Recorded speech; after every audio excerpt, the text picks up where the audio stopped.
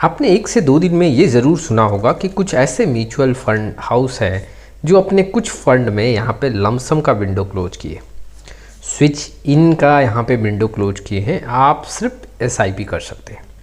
ऐसे फंड्स का पिछले 1 साल का आंकड़ा काफ़ी मजबूत देखने को मिल रहा है। ऐसे फंड्स पिछले 1 साल में 50% के ऊपर रिटर्न दिए हैं। ऐसे फंड्स में लमसम क्लोज हुआ है। इट मीन्स कि अब इन्वेस्टर यहाँ पे लमसम नहीं कर सकते हैं।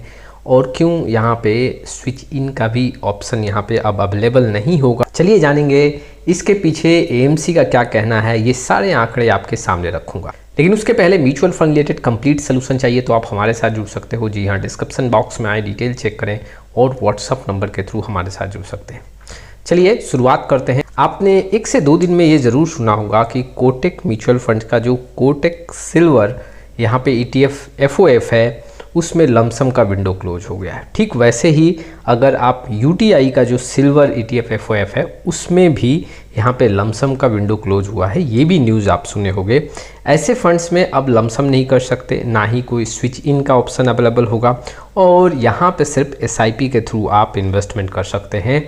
आखिर क्या रीज़न है इसके पीछे, AMC क्या कह रही है, चलिए इसको भी हम समझते हैं। सबसे पहले हम ये भी समझ लेते हैं कि सिल्वर का फंड होता क्या है। देखो, जो भी आप सिल्वर FOF में पैसा लगा रहे हो वहाँ पे जो आपका पैसा लग रहा है, इन्वेस्टर का पैसा फिजिकल सिल्वर में इन्वेस्ट हो रहा है। इट मीन्स कि इनडायरेक्टली आप सिल्वर में एक्सपोजर ले रहे हैं।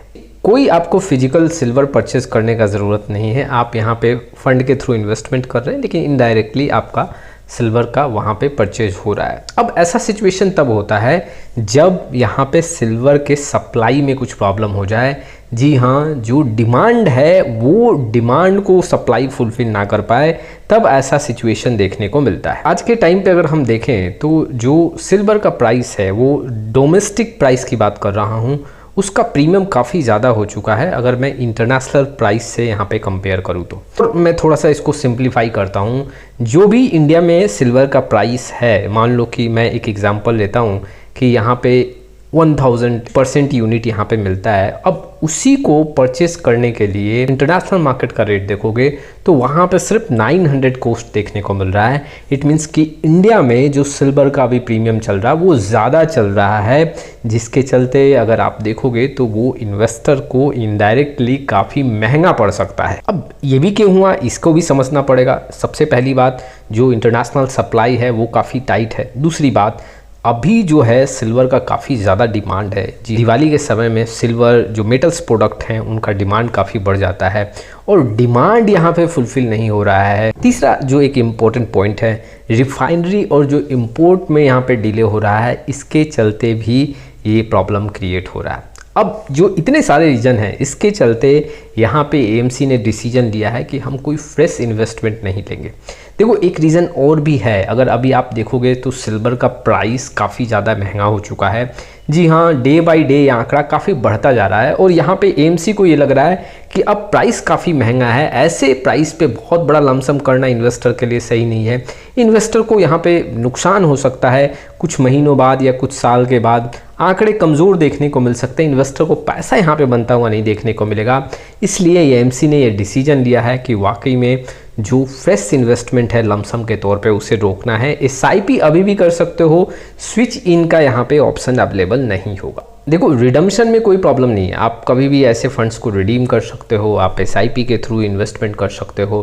पिछले 1 साल में ऐसे फंड्स में रिटर्न काफ़ी ज़्यादा बने हैं। जैसे कि मैं अगर सबसे पहले कोटक फंड की बात करूँ, जो सिल्वर ETF FOF की बात करूँ, जो 1 मंथ का यहाँ पे डेटा है वो करीबन 22 से 23% का रिटर्न देखने को मिल रहा है। 3 मंथ का डेटा देखें तो 37 से 38% का रिटर्न है। 6 मंथ में ये 63% के ऊपर का रिटर्न है। वहीं पे अगर आप 1 साल का रिटर्न देखोगे तो जो कैटेगरी एवरेज में है वो 64% का रिटर्न देखने को मिल रहा है। वहीं पे 2 साल की बात करूं तो इस फंड ने करीबन 48% का रिटर्न दिया है। कैटेगरी एवरेज में यहाँ पे 45% का रिटर्न है। 1 साल में भी देखोगे तो इस फंड ने 71% का रिटर्न दिया है। तो आप देख सकते हो कि पिछले 1 साल में कितना पैसा बना है, लेकिन अब यहाँ पे ऐसे फंड्स में लमसम बंद है। चलिए दूसरी तरफ UTI सिल्वर ETF FOF की भी बात करता हूँ। पिछले 1 साल में यहाँ भी 75% का रिटर्न है, 2 साल में 40 49%, 6 मंथ की बात करूं 67 से 68, 3 मंथ में 40% के ऊपर, 1 मंथ में 25 से 26% का रिटर्न देखने को मिल रहा है। तो रिटर्न काफ़ी ज़्यादा है और अब यहाँ पे फंड हाउस को ये महसूस हो रहा है कि वाकई में काफ़ी यहाँ पे प्राइस ऊपर चला गया है अगर मेटल का देखूं, और यहाँ से गिरावट हो सकता है। तो फंड हाउस का जो ये अनुमान है, इसके चलते यहाँ पे इन्वेस्टर को नुकसान ना हो जाए, यहाँ पे अब लमसम का विंडो ऐसे फंड में क्लोज्ड है। इन्वेस्टर को मैं ये भी बताना चाहता हूँ कि देखो, अगर आप ऐसे फंड्स को अपने पोर्टफोलियो में जगह देते हो तो एक लिमिटेड एलोकेशन के साथ आप जगह दो। देखो, आज पैसा बन रहा है, इसका मतलब ये नहीं कि 10 साल तक ऐसा ही पैसा बनेगा। आज 1 साल में, 1.5 साल में अगर देखें तो इक्विटी को ऐसे फंड्स पीछे छोड़ रहे हैं, लेकिन कोई यहाँ पे गारंटी नहीं है कि आने वाले 5 साल 10 साल में ऐसे प्रोडक्ट्स जो हैं वो इक्विटी को पीछे छोड़ेंगे। इक्विटी का जो डेटा है रिटर्न के मामले में वो ज़्यादा देखने को मिलेगा।